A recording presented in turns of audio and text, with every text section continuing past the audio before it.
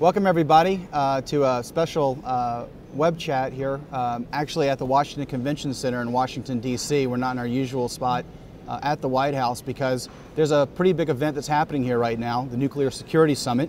And I'm joined today by Ben Rhodes, Deputy National Security Advisor, to answer your questions and talk a little bit about what's happened here in the last 2 days, and then also sort of the week we've had on the issue generally. So before we dive in, I'm just going to ask a question we got in earlier that I think is broad enough for you to sort of dig into a couple things. It actually comes from one of the White House correspondents, Mark Knoller from CBS Radio, who posted a picture of all of the leaders today, a group photo, and asked the question, though the risk of a nuclear attack has gone up, why are these men smiling?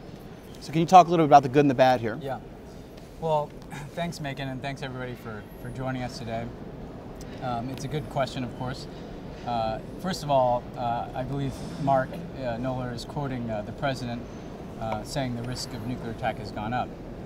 And what the president was referring to, and he said this in his Prague speech and he said it this morning, is that the irony of the 21st century really is that with the end of the Cold War, the risk of a nuclear war between the United States and the Soviet Union, of course, has significantly gone down. So what we normally worried about in the nuclear age, which was a nuclear war between states, that threat has been mitigated in many respects.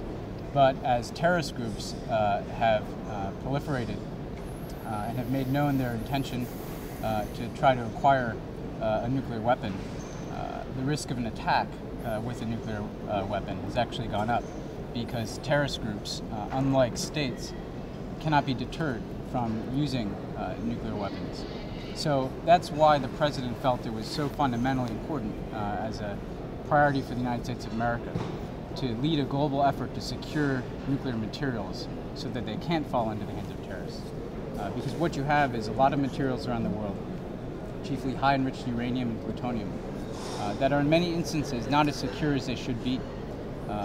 And what we want to do is galvanize collective action to secure these materials, to lock them down, so that within the next 4 years, which is the goal the president has set, they will be at a level of security that they cannot fall into the wrong hands, that they cannot be acquired, purchased, stolen by terrorist groups who would use them. So that's the fundamental premise of this summit, that this is the greatest threat to American national security, and that therefore we need to lead with a sense of urgency a global effort to secure these nuclear materials. So it's obviously a grave threat. I believe that, however, the leaders here today do feel very positive about the summit, which may get to the question that Mark asked as to why they're smiling.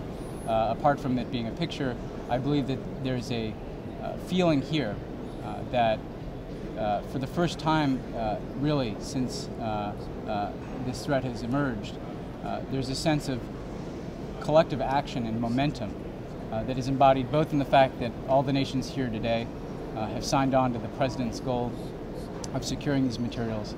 There'll be both a communique that captures that commitment and also a specific work plan where the nations will sign on to a series of steps that they will take collectively to pursue that 4-year goal.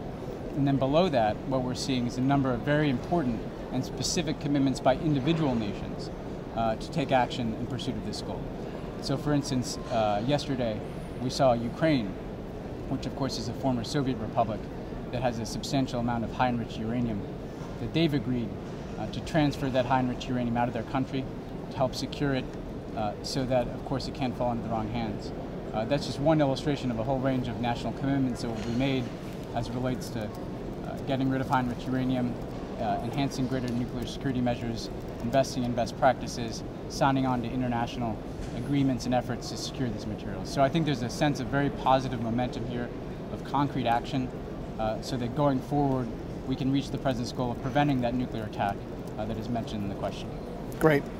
And before we take the next question, I should point out you can actually ask questions. Head over to facebook.com/White House, or if you're on Twitter, we're actually taking questions through my Twitter handle, which is @Macon44, and we're keeping our eye on it and pulling some out. And the next one actually touches on not just the summit here, but also the START treaty, which you were just in Prague to handle with the president.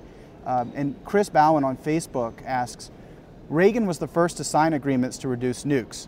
So why do we still have them? Why does Russia still have them?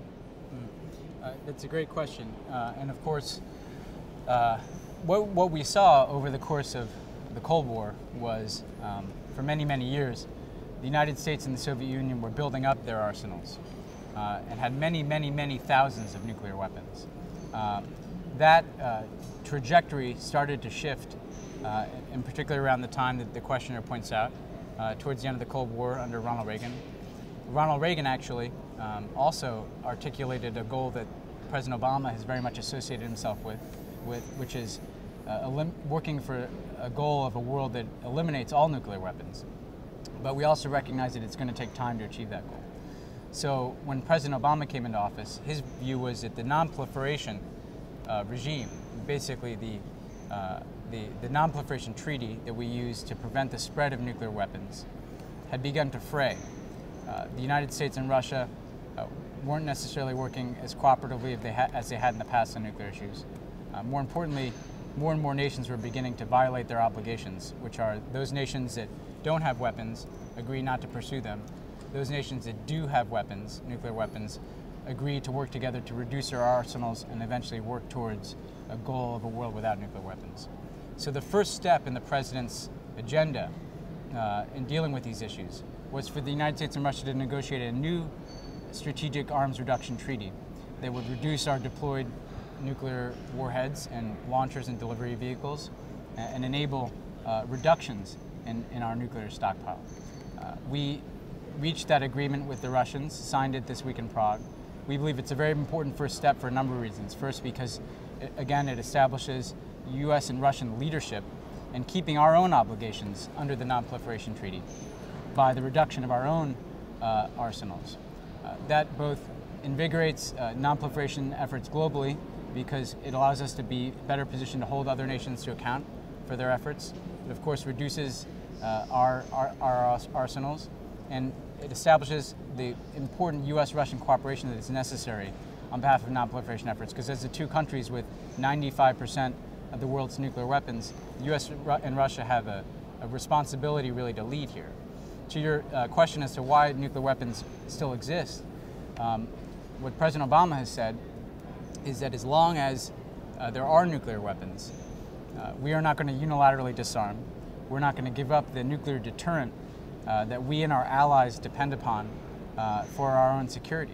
And so that therefore, as we pursue these reductions, and as we go down the long road towards a world without nuclear weapons, we'll have to negotiate further reductions in concert with other nations. And that will be a step-by-step process. The first step, of course, was this treaty with the Russians, but we're going to have to go further in pursuing reductions, for instance, with Russia, as the President said the other day, and eliminating some of our deployed and non-deployed weapons. And eventually, we're going to have to work in concert with the international community and many nations to reduce nuclear weapons. So this is a long-term process. As the President said, it's an ambitious goal that may not even be reached in his lifetime to eliminate all nuclear weapons. But as we pursue that goal, we make the world more secure by reducing the number of weapons, by securing those arsenals so they can't fall into the wrong hands, and by keeping our commitments under the Non-Proliferation Treaty, which is the mechanism that we use to prevent other nations from acquiring nuclear weapons and holding them to account if they fail to live up to their obligations. Okay, so to follow on your answer about Russia, Lev, and his last name is, I don't know how to pronounce it, so we'll just say Lev on Facebook, touched on some big news that came out yesterday about Ukraine, and asked, how is the relationship between Ukraine and the USA different than between the USA and Russia? Well, it's an interesting question, and I'd say a number of things. First of all, Ukraine has been a leader, really, in the area of non-proliferation for many years. At the end of the Cold War, Ukraine, for instance, in 1994, I believe, agreed to give up the nuclear weapons that were on its territory, and those moved back to Russia. Yesterday, what they announced is that the stockpiles of high enriched uranium, which are the materials that would be used to build a nuclear bomb, that those two, they would transport off of their territory on behalf of global nuclear security by the time of the next nuclear summit, which is in 2012 in South Korea. And the United States agreed to provide some financial and technical assistance in making that possible. I'm sure Russia will be an important part of this effort as well. As it relates to the relationship bilaterally between the United States and Ukraine, Ukraine has a new president, President Yanukovych. Yesterday was the first opportunity for President Obama to meet with him. We believe that this effort in particular is indicative of the kind of strong partnership that we have with Ukraine and that we want to continue to develop with the new Ukrainian administration. It shows a sense of cooperation around an important issue. But I think as it relates to nuclear security broadly, that this is something that this summit underscores is a task for many nations. And Russia will be a critical part of that, because you can't have effective nuclear security unless the United States and Russia are working together in concert, and unless nations like Ukraine are also working on a multilateral basis, not just a bilateral basis with the United States, but Ukraine working with the United States, with Russia, and with the international community more broadly. Because again, these materials are in many different countries. So the United States and Russia have a special kind of leadership that we're continuing to develop, not just through the START Treaty, but through a very important plutonium disposition agreement that we're finalizing today with Russia. But we'll work on a multilateral basis with Ukraine and with many nations here today. So I think that yesterday's announcement was a positive signal about the kind of bilateral relationship that the United States has with Ukraine and that the President has with the new Ukrainian President. But it also speaks to a multilateral set of relationships on behalf of national security, nuclear security, that includes Russia, the Ukraine, the United States, and the 47 nations that are here today. Great. So Ava Marie George on Facebook asked a question that a lot of folks are asking. How can we monitor the stockpile of nuclear weapons and maintain security of our country when foreign countries have nuclear capability without direct observation 24/7, 365? My concern is not about the countries who agree to this kind of monitoring. My concern is for those countries who do not give one single thought to blowing up the planet to prove a psychotic point, political, religious, or other. How can we assure compliance if every country continues to produce those very supplies that are being used to build these dirty bombs? It's an interesting question, of course, and a fundamental question. I'd say two things. You have the nations that are coming together, for instance, here today. And a lot of that, the agreements that are being forged today and the work plan that is being developed today speaks to your question, which is how does the international community have assurance that those nuclear materials and stockpiles that exist are secure? What kind of international effort is there, for instance, through the IAEA, the International Atomic Energy Agency, to ensure that the international community can be confident that nuclear materials, nuclear stockpiles are secure? And so what is being developed today essentially is a series of, in some cases, nations giving up their nuclear material altogether, as we've seen in a number of instances. Ukraine, Canada, Mexico, Chile recently shipped its HEU, high enriched uranium, to the United States. But in addition to those nations giving up those materials, you also see nations signing on to essentially either international, specific international efforts related to the IAEA and other monitoring mechanisms, and also a series of best practices as it relates to nuclear security, so that the nations of the world can share the best ways in which they secure their own materials. Then there's a second category of nations. Well, in particular, I think the ones that you're alluding to, which might be those nations like Iran, for instance, that are in violation of their non-proliferation obligations, that are perhaps developing a nuclear weapons capability and a nuclear weapons program outside of the non-proliferation treaty. And we have reason to believe through Iran's behavior that they, number one, continue to fail to live up to their obligations under the NPT, and that suggests their pursuit of a nuclear weapon. And in that instance, that's where the non-proliferation treaty itself becomes so fundamentally important, because the NPT, the non-proliferation treaty, has essentially been able to keep the number of nuclear weapons states relatively low.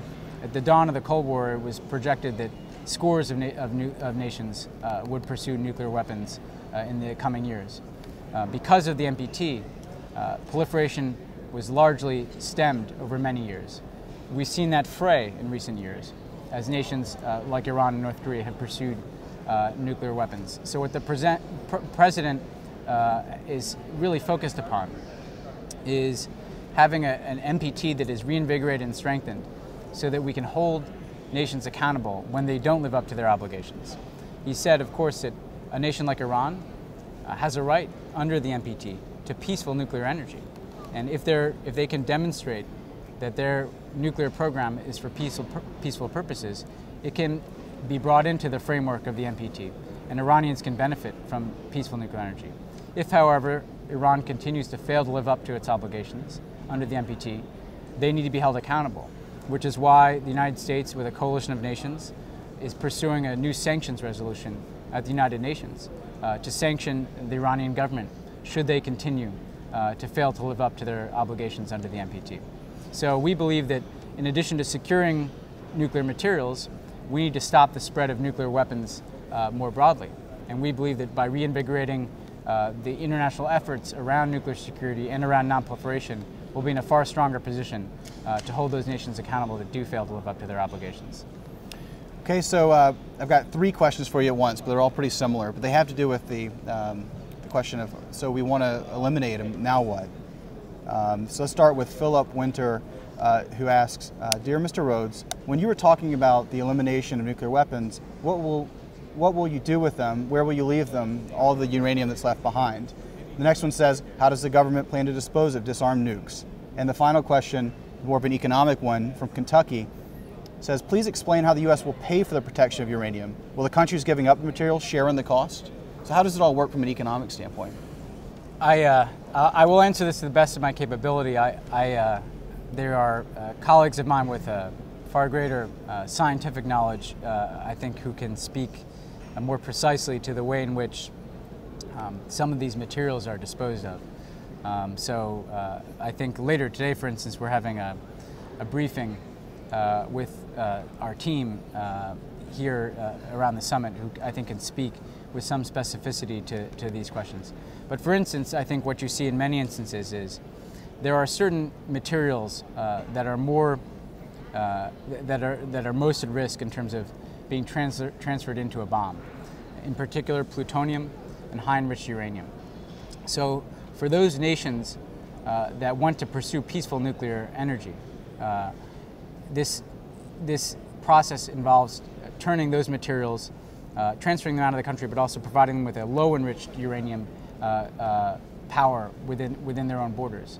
So, for instance, Mexico, which has agreed to get rid of its high enriched uranium here today, the power that they've depended upon as it relates to those efforts can come from a different kind of nuclear energy, from low enriched uranium, so that therefore they can have the benefits of energy without the risk of the materials that are most vulnerable for a bomb.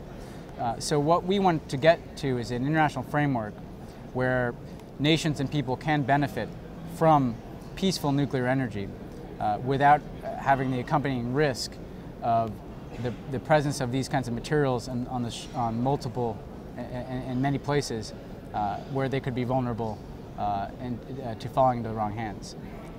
So there are many different ways, I think, of disposing of these materials, and some of it is disposing of them, and I think some of it is transitioning them into a different kind of energy that can be harnessed for good, and that frankly over time can have a great economic benefit, because there are economic benefits that come from peaceful nuclear energy. So I'll leave it to those with a far greater aptitude for science than me to speak to the processes with which we dispose of these materials or transition them into other kinds of energy.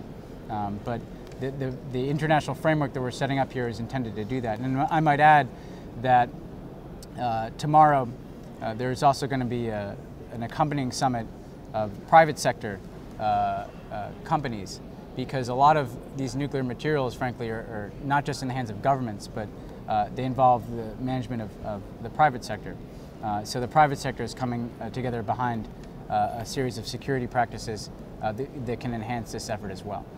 Okay, well, that was a pretty in-depth one, so I'm going to give you an easy one. Thanks. Take a break, and then we'll come back to Farther it. away from science, you know. we got one from Twitter. The name is XOAMZZ, so I'll leave the pronunciation to everyone out there. But she just says, what's it like working at the Nuclear Security Summit? Can you tell us a little about what's going on here and what it's like for you to be Sure. here? Well, I'd say two things. First of all, it comes at the end of a very busy 9 days on these issues. 1 year ago, on April 5th, the President gave his Prague speech. And we've kept 3 commitments of that speech this week. The first was we released a nuclear posture review, which reduced the role of nuclear weapons in America's national security strategy by focusing our deterrent on those nations that don't have nuclear weapons that are not compliant with their NPT obligations. And therefore those nations that are in compliance with the NPT and don't have nuclear weapons would not be subject to being threatened with America's nuclear arsenal. So that kept the President's commitment to reduce the role of nuclear weapons in our security strategy, because we believe in the 21st century, coming out of the Cold War, with terrorists and proliferation being the threat, we can therefore reduce our reliance on nuclear weapons for security. Second is the START Treaty, which Macon mentioned, and we traveled to Prague and had a very exciting event where the President and President Medvedev signed was really a historic treaty moving forward. And then we came back here to the summit, and I'd say it's been a very busy couple of days, because we've had 47 nations here. And in addition to the massive challenge, and frankly in some instances a logistical challenge of facilitating all those nations coming together here at the summit, the President has also done a lot of business on a bilateral basis. I think he's had 10 or 11 meetings, bilateral meetings with other heads of state. So on Sunday, we were over at the Blair House, where the President met with a number of leaders, South Africa, in Pakistan and India, and Nigeria. And so we were focused on Sunday on these bilateral meetings that the President was holding. On Monday, we moved over here to the Convention Center, which is a huge building. And yesterday, the President continued to have a series of bilateral meetings with a whole range of nations, from Malaysia to Armenia, and on down the list. And then last night at dinner, he kicked off the summit by hosting world leaders here for a dinner where they discussed the threat of nuclear terrorism. And now today is the more formal summit, where they have had 2 plenary sessions.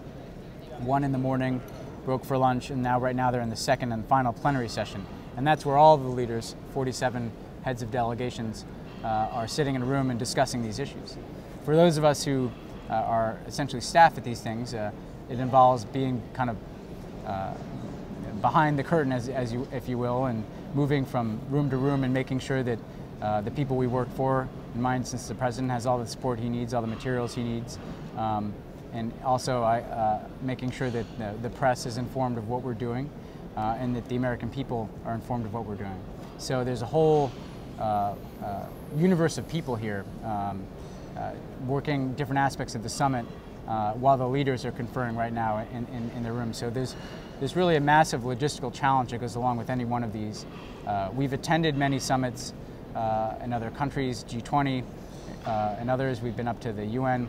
But one of the points we made about this particular summit is that this is the largest gathering of foreign leaders that an American president has hosted since 1945, the San Francisco conference that led to the United Nations.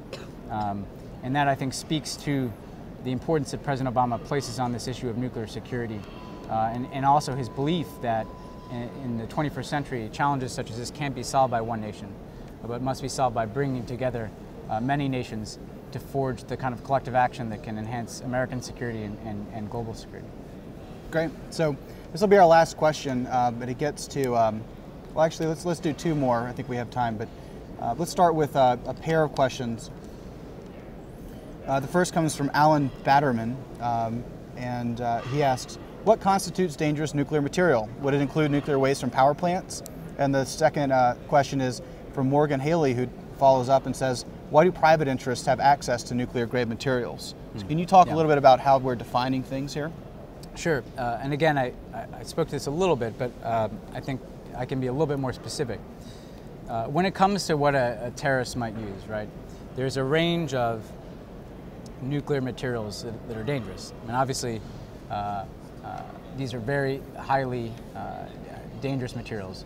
Now, there's such a thing as a dirty bomb, which you may have heard of, And that may be an instance where radiological materials are packaged with conventional explosives by terrorists and detonated in a way that causes damage and obviously widespread fear in the area that these materials are released.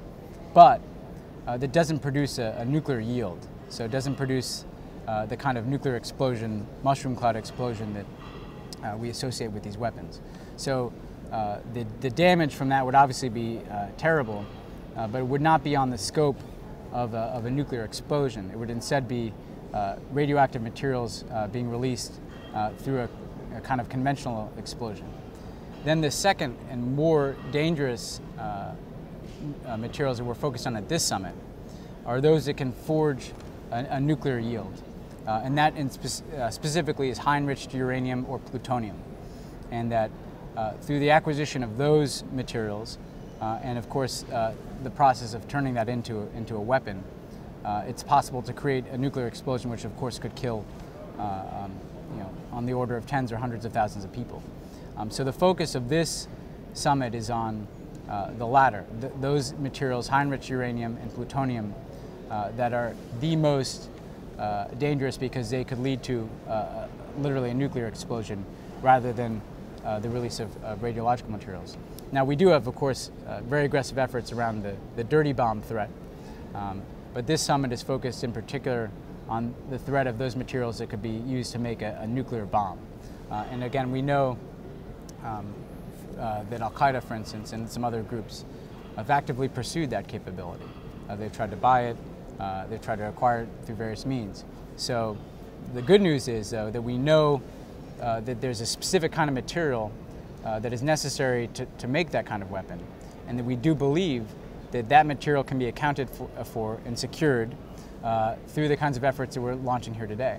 And that it also can be buttressed by the kind of interdiction processes that we pursue now, so that we're shutting down any kind of black market trade in these materials. So that I think answers the first question. The second one on the private industry is that there, of course, is a nuclear energy industry.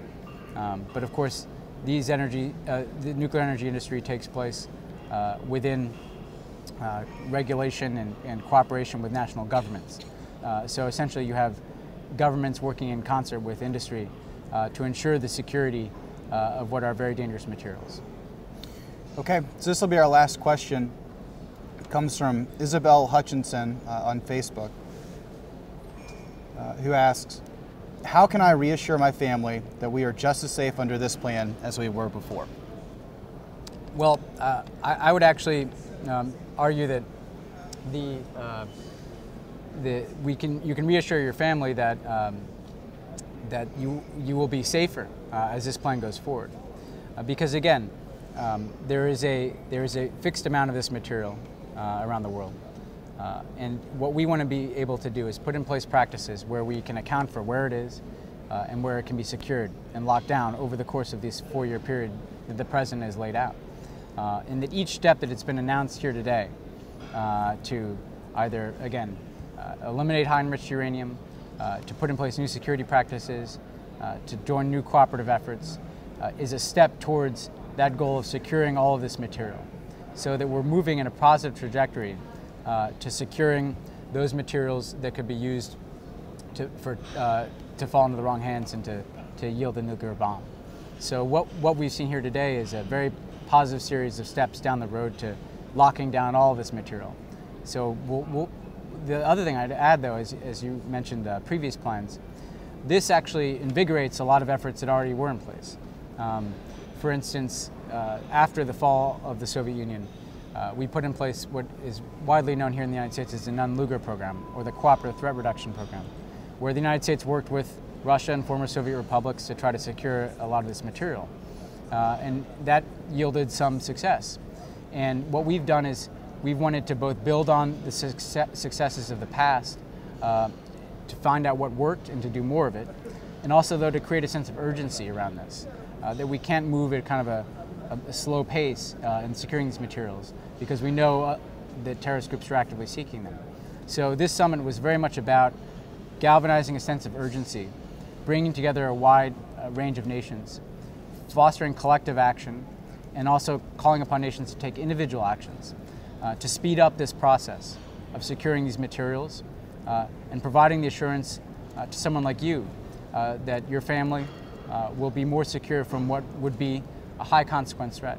And just to be clear, the reason we're focused on this is that it is the threat that would have the highest consequence. That doesn't mean that it's the most likely threat to take place. It means that were it to take place, it of course would yield the greatest devastation. So by eliminating the materials that are necessary to execute that threat, we believe we can remove from the from the broader terrorist threat what would be the most devastating attack, so that they don't have access to those materials that could lead to more widespread destruction than we've seen in previous terrorist attacks, and that we are constantly being vigilant in reducing that threat, just as we are in trying to dismantle terrorist networks more broadly, so that any kind of terrorist threat is dramatically reduced and the American people are far more secure. So that's what really this is all about, fostering collective action on the side of keeping the most dangerous weapons away from the most dangerous people, just as we continue to pursue our counterterrorism efforts to disrupt, dismantle, and defeat Al-Qaeda and its affiliates around the world. Great. Well, thanks for joining us, Ben, and thanks for tuning in. This video, in case you missed any of it, will be available at whitehouse.gov later this afternoon. And stay tuned for future chats. Thanks a lot and have a good day. Thanks.